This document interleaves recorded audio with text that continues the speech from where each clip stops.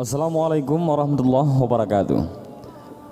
Pada video kali ini kita akan mengisahkan sedikit kisah tentang kisah Nabi Isa alaihissalam yang disalib oleh kaum Yahudi.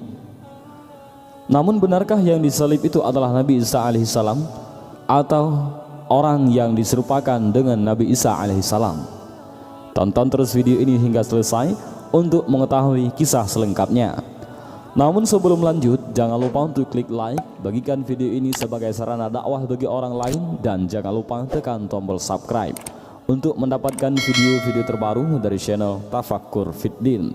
Terima kasih. Nabi Isa alaihissalam diutus oleh Allah Subhanahu wa Ta'ala untuk kaum yang terkenal dalam sejarah manusia sebagai kaum pembangkang, sombong, iri, dengki, melampaui batas, dan gemar membunuh para nabi. Padahal dahulu mereka adalah kaum terbaik di era Nabi Yakub, selalu dibela dan diselamatkan pada era Nabi Musa alaihissalam, berjaya dan memiliki kerajaan besar di era Nabi Daud alaihissalam dan di masa Nabi Sulaiman alaihissalam. Namun sifat buruk mereka tak pernah pupus hingga berkali-kali membelot dari agama Nabi Ibrahim alaihissalam. Mereka adalah Bani Israel, atau yang saat itu lebih pantas disebut dengan Yahudi, mengingat mereka tidak lagi memegang ajaran Israel ataupun nama lain dari Nabi Yakub alaihissalam. Nabi Isa alaihissalam diutus oleh Allah Subhanahu wa Ta'ala untuk mengembalikan Yahudi pada agama tauhid sebagaimana yang diajarkan para nabi sebelumnya. Namun justru nyawa Nabi Isa alaihissalam terancam. Sang kalimatullah ibunda Maryam binti Imran harus tinggal berpindah-pindah karena kejahatan Yahudi. Mereka bahkan menjalin kerjasama dengan seorang raja kafir, yakni gubernur dari kerajaan Romawi di Damaskus, untuk membuat konspirasi pembunuhan Nabi Isa alaihi salam. Alasan Yahudi membenci Nabi Isa alaihi salam sangat tidak masuk akal, yakni hanya karena kesombongan dan kedengkiannya. Mereka enggan meyakini Nabi Isa alaihi salam dan kitab suci Injil yang dibawanya. Mereka juga enggan mengikuti Nabi Isa alaihissalam karena para pengikut sang Nabi kebanyakan berasal dari orang miskin. Yahudi yang sombong tentu enggan menjadi pengikut Nabi Isa karena harus duduk sederajat bersama kaum duafa. Hingga kemudian konspirasi pembunuhan Nabi Isa alaihissalam pun dimulai. Dewan Sinagog tertinggi Yahudi, Sanhedrin, bahkan turut serta dalam konspirasi tersebut.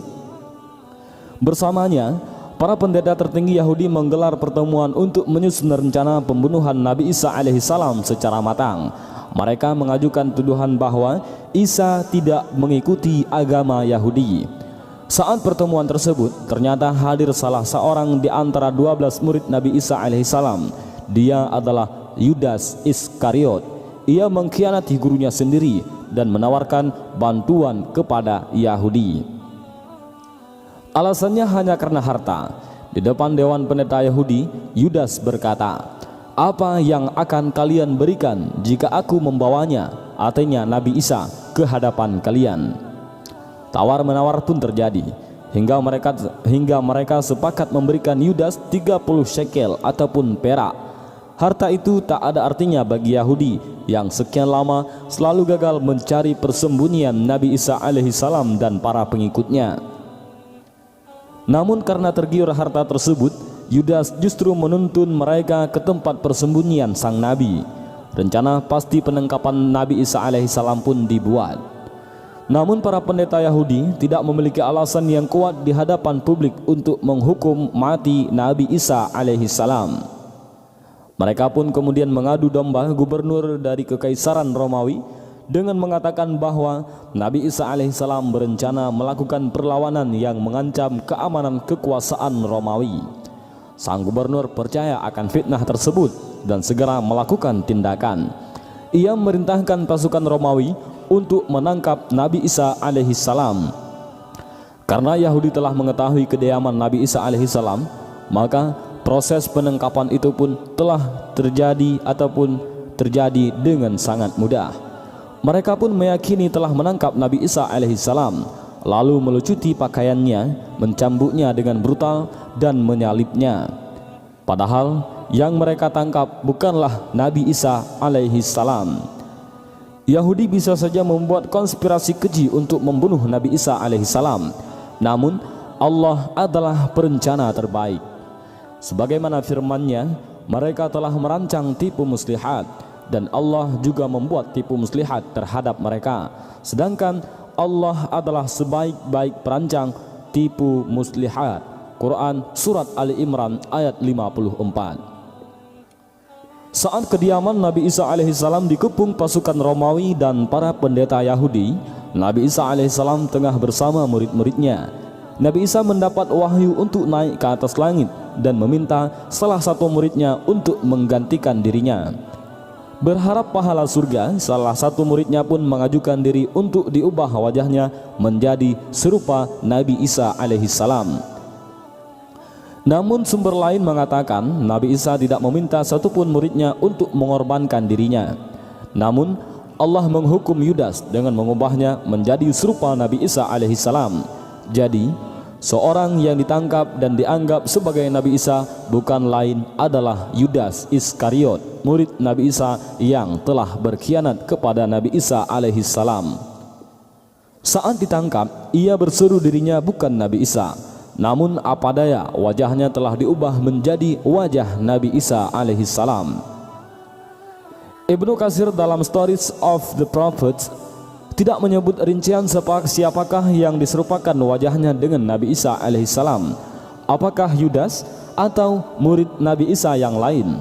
Namun ia menegaskan bahwa yang ditangkap Yahudi adalah orang lain yang diserupakan wajahnya dengan wajah Nabi Isa alaihissalam. Dalam Al-Quran telah ditegaskan bahwa Allah yang Maha Agung tidak membiarkan Yahudi membunuh Isa ataupun menyalibnya. Yang terjadi adalah Allah menyelamatkan Nabi Isa alaihissalam dari musuh-musuhnya dan mengangkatnya ke langit. Mereka tidak pernah membunuh Nabi Isa, yang mereka bunuh adalah orang lain. Demikian penjelasan Ibnu Katsir saat seseorang berwajah Nabi Isa disalib hingga mati. Yahudi berkata dengan sombong, "Sesungguhnya kami telah membunuh Isa putra Maryam, yaitu utusan Allah." Quran Surat An-Nisa ayat 157. Padahal sebelumnya, saat pengepungan kediaman Nabi Isa alaihissalam, mereka meragukan sendiri apa yang telah mereka rencanakan. Saat menangkap seseorang berwajah Isa, mereka para Yahudi menghitung orang-orang yang keluar dari kediaman sang utusan Allah itu. Ternyata mereka hanya menghitung 12 orang, yakni sejumlah murid Nabi Isa. Saat itu mereka ragu karena seharusnya ada 13 orang jika dihitung bersama Nabi Isa. Alhasil, mereka ragu-ragu dengan orang yang ditangkap, apakah benar-benar Nabi Isa ataupun bukan. Allah mengungkapkan keraguan mereka di dalam Al-Quran. Allah Subhanahu wa Ta'ala berfirman, "Sesungguhnya orang-orang yang berselisih paham tentang pembunuhan Isa benar-benar dalam keraguan-raguan tentang yang dibunuh itu. Mereka tidak mempunyai keyakinan tentang siapa yang dibunuh itu, kecuali mengikuti prasangka belaka. Mereka tidak pula yakin bahwa yang mereka bunuh itu adalah Nabi Isa alaihissalam. Tetapi yang sebenarnya Allah telah mengangkat Nabi Isa kepadanya, dan adalah Allah Maha Perkasa lagi Maha Bijaksana. Tidak ada seorang pun dari ahli kitab kecuali akan beriman kepadanya, yaitu Isa, sebelum kematiannya. Dan di hari kiamat kelak, nanti Isa itu akan menjadi saksi terhadap mereka. Quran Surat An-Nisa ayat 157 sampai ayat 159.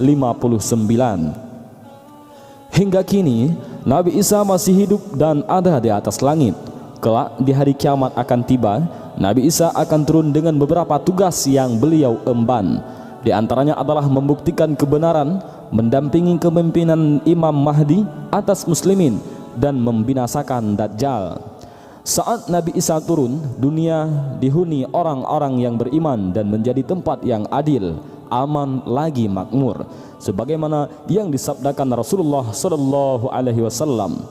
Demi Allah, sungguh hampir tiba saatnya putra Maryam itu turun di tengah-tengah kalian sebagai seorang hakim yang adil.